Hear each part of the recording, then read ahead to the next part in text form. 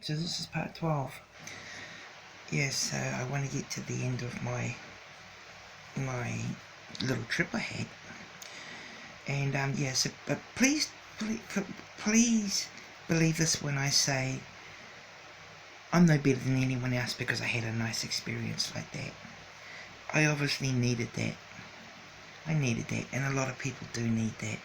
And I was just very blessed to have that. You know, I'm very blessed. I'm not better than anyone else. There's people and I've got Christian friends and Christian brothers, or they're Christian brothers, Christian friends, who are 100 times over better people than I'll ever be.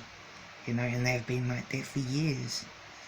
You know, and I admire them very much for that. And so I didn't, you know, it wasn't something I earned or anything like that, because back then I was chasing girls around. I'd try and just about jump everything with a skirt, you know, and I was going through some hard times. I was also drinking. It wasn't into drugs. I wasn't drinking all the time, but when I did, I used to get in trouble. I was telling dirty jokes constantly all the time at work and stuff. It's just where I was, you know. So I did not deserve to have this beautiful thing happen. But I gotta admit, I wanted it. I wanted it so much. And you know what? I was never able to do it again. I think the next time it happens, I think it's going to be when I go. When I die. And also, I would have thought that my life would have got better after going to heaven. No, it didn't. Sometimes for your life to come right, sometimes you've got to go through hell.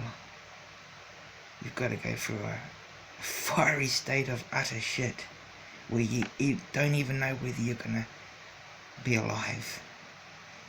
And that was what it was like for me. I went through a horrible state of thing that just broke me. I don't want to talk about that crap anyway. But, yeah.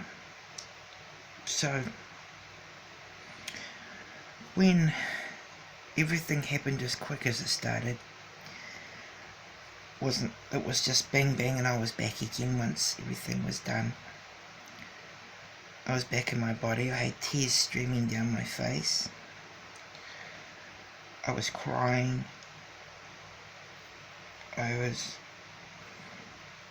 crying to God. And I was just repeating over and over again and saying, why did you leave me here? Why did you leave me here? And I just bawled and bawled and bawled and bawled. And my face was swollen. My eyes were all swollen. I just couldn't stop crying. My heart was broken. My heart broke. It really did. I just felt like I'd been taken away from home and brought back to this life that I find really hard to live. I'll tell you, when I'm in my real sad times, empty times, it's really hard. It really is. So I'm glad I got the kids. Man, I tell you what, when I'm feeling really low, I'm holding those kids and I'm crying. And I'm cuddling them and I'm just bawling my eyes out. Because just the sadness I have, you know. I just have so much sadness when I'm feeling down. And I always apologise to them, of course. I'm sorry, boys, but I need you. And for a whole week, every day for a whole week, I would wake up and I'd bawl my eyes out. It was the first thing I did in the morning. I just bawled my eyes out and cried. It wasn't too good when you got to go to work and your eyes are swollen. You know, so you didn't get much sleep. Yeah, no, I had a great sleep. Just bawled like a baby all morning. You know, and it was heartbreaking to leave that place. And at the same time I was bewildered about what happened. Did I feel, yeah man, I'm going to heaven, I'm sweet, I'm safe. Hell no. I was no longer there anymore.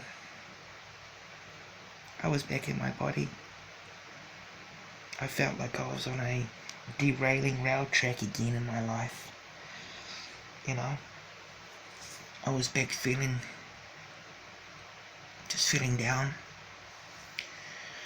And I cried. I just cried every day. I cried for a week, every morning. I just couldn't believe that he left me here. I couldn't believe it. That's that thing. I couldn't believe he left me here. And it's so weird I say it like that. What do you mean, left you here? I don't know. He left me here. He didn't come and get me. I came down as a baby, I guess, and grew up, and I must have thought that I was going to die or something, and I was going to go back, you know.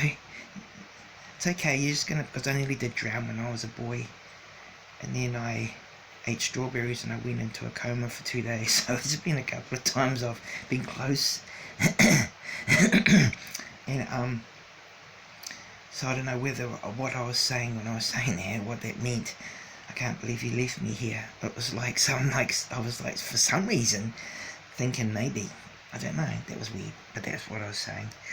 And I was just broken hearted. And it was, yeah. I have a lot of, and yeah, the funny thing about it was, I told the chaplain lady, and she's an Anglican, her name's Maureen, and she's really excited. She's really excited. She's utterly excited as. And she said, oh, I've got to tell my friend. You're going to have to tell your testimony to my friend. And her friend turned up. I went to the chaplain's office. Her friend turned up. She had like a collar on and all that. And I told her my story, you know. And because it was fresh in my mind, I was telling it very passionately, you know. Because I cannot describe what I saw. I couldn't tell you. I couldn't paint it. I couldn't verbally give you the words. Because it's pointless to even try. It's like trying to describe a colour that doesn't exist. If you haven't got anything else to put it next to, it's impossible to judge what you saw. But it was nothing like it. It's, yeah. And I finished telling my story, and this woman said, that doesn't sound very biblical at all. She goes, have you ever read the Bible? And I go, pardon? I said, yeah. She goes, well, what you've just told me doesn't sound anything like it at all. And then she kind of like said, oh, I better get going anyway. She took off, and the chaplain lady said to me, she goes, I'm so sorry. I didn't think she was going to say something like that. And this lady had a collar on, a black thing in a collar, so I didn't know what belief system she was till she opened her frickin' mouth, pardon my language. And I said, she's a born-again Christian, isn't she? And Maureen said, yes, she is. And I said, oh, no, because I used to be a prick like her myself. And I was an ignorant bastard myself, like that. And it really kind of just reminded me to keep my mouth shut around Christians. They can be really cruel, you know. And they just remind me of Pharisees sometimes, you know. Oh, Jesus did this for me. No, it was the devil, you know. Oh, Jesus healed me. No, he didn't. He's a Beelzebub. God healed you, you know. This is what the kind of shit they did. It's because of the indoctrination. They've been indoctrinated to believe one way. They're not able to, where Maureen, who hasn't been hardcore indoctrinated like that, is able to actually think with use her mind, you know, to actually think about it and think, wow. So it really hurt me. It really made me sad, and it just confirmed that I did the right thing by getting out of the situation, getting away from religion, or getting away from that fundamentalist type idea. But hey, peace to that lady, and enjoyed her and all that kind of thing, but I don't want to see you again. Yeah, so anyway, but that's what happened there. And I'm going to tell you another story, and this one's odd, okay? This happened 100%. This is another, my heart's deep. This is, all the stuff I've said has happened. I'm not going to lie to people. And people who know me have heard many of my stories and will hear this and think, hear the whole thing and think, yeah, I remember when he used to talk about that, or yeah, no, he's always talking about ghosts, or he's seen this and seen that, he's always wanking on about them and stuff, and it's like, yeah, but it's been a big part of my life, you know, and so I'm going to, yeah, so I'm going to stop this one, I'm going to do one more last one.